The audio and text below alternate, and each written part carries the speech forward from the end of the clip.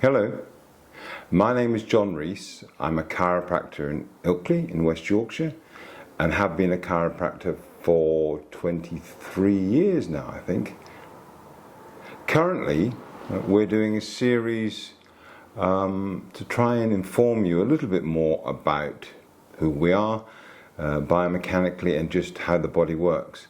And so this is another of our small videos under the general umbrella title of How My Body Works. And today we're going to focus on the rib cage. Now the rib cage is located part way down the spine between the cervical spine at the top and the lumbar spine at the bottom. And the rib cage comprises 12 pairs of ribs that are ostensibly attached to the rest of the body at the front via the sternum and the back via the thoracic spine, the 12 bones of the thoracic spine. Although I sort of need to qualify that, because although the ribs at the back, most definitely all 12 of them, attach to the rest of the body through the thoracic spine, those at the front, the attachment is slightly different.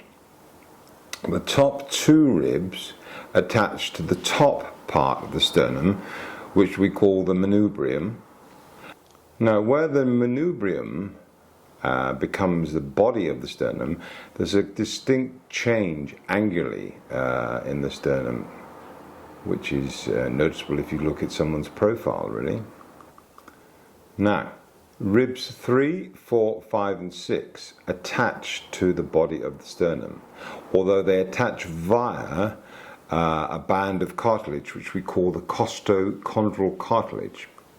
Now, ribs 7, 8, 9 and 10 are shorter at the front than the ribs above them, and therefore they are attached to the sternum, the bottom part of the sternum, via one common band of costochondral cartilage, as shown here.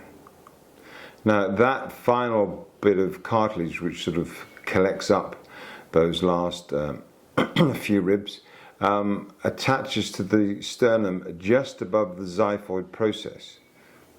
Now, the xiphoid process is the bottom of the sternum, and it's the little bit that you can feel before you get to the soft tissue in the abdomen, and you can feel the sort of pointy bit pointing downwards, and that is the xiphoid process.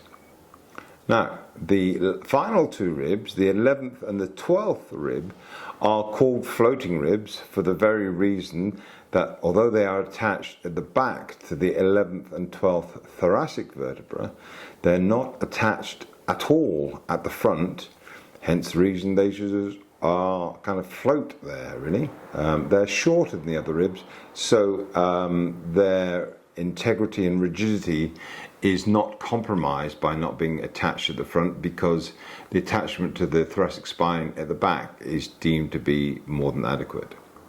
Now, at the back, as we say, all of the ribs attached to the thoracic spine, rib 1 to T1, rib 12 to T12. But at so each of those bones, which of the thoracic spine, which we call vertebrae, each of them has on either side two attachment points for the ends of the ribs. Now, the main purpose of the rib cage is to protect the vital organs that sit within the body in the thoracic region, so between the thoracic spine and the rib cage. Those organs predominantly being the heart, the lungs, the liver, the stomach, the spleen, and to some extent the kidneys, because part of the kidneys, actually there are two of them, and they're more on your flank, on your sides. Part of the kidneys project slightly below the lowest rib. Obviously, one of the biggest elements within the rib cage are the lungs, and the outside of the lungs sits just within the inner lining of the rib cage. Hence, in order to allow the lungs to function and for you to inspire and take a breath in, the ribs need to expand. If they don't expand, then of course the lungs can't expand and we can't really breathe in. To enable the lungs to expand, the upper ribs need to move out and upwards, and the lower ribs need to sort of move out and expand and move downwards. Hence, there's a slight bit of swiveling of the motion, and therefore a swiveling of the what we call the rib heads, the ends of the ribs where they meet the thoracic spine.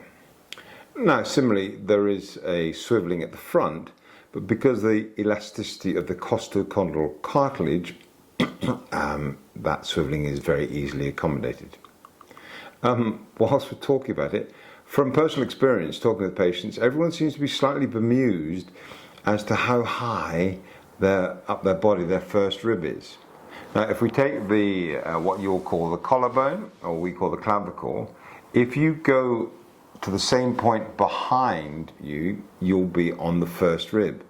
And at the front, if you come to the clavicle and then you come down and you go from a bony bit to a soft bit and then another bony bit, that is the top of the first rib. Now, between the ribs, there are intercostal muscles, and they run there are 3 layers of them, and they run diagonally one way and then diagonally the other way, depending on which layer we're talking about. And they're simply called the innermost internal intercostal, the internal intercostal, and the external intercostal. Luckily, we don't have to name those very often. Now, in all actions of inspiration, the diaphragm, which you can see here and which sits on the bottom of the lungs, is the main muscle that facilitates breathing in. As it's a domed shaped muscle, and therefore it sits the top of the dome is sort of underneath the lungs. When that contracts, the sort of dome flattens to some extent and almost causes almost a suction effect, which allows the lungs to expand. And the lungs expand almost to, for want of a better term, fill the void created by the diaphragm contracting.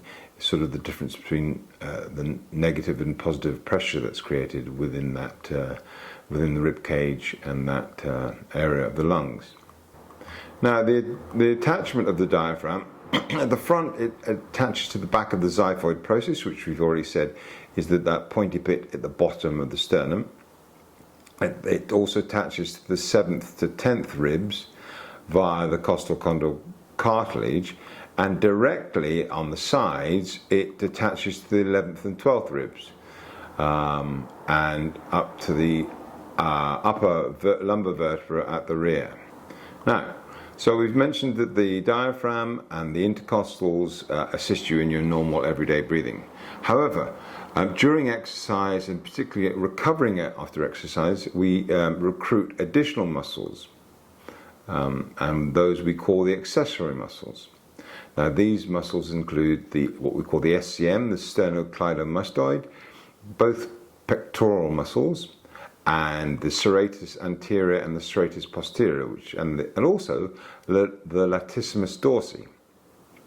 Now, something we will all have noticed, particularly after we've had some exertion like sprinting or running, is that we invariably and involuntarily bend forward and put our hands on our knees or just on our upper thighs or mid thighs.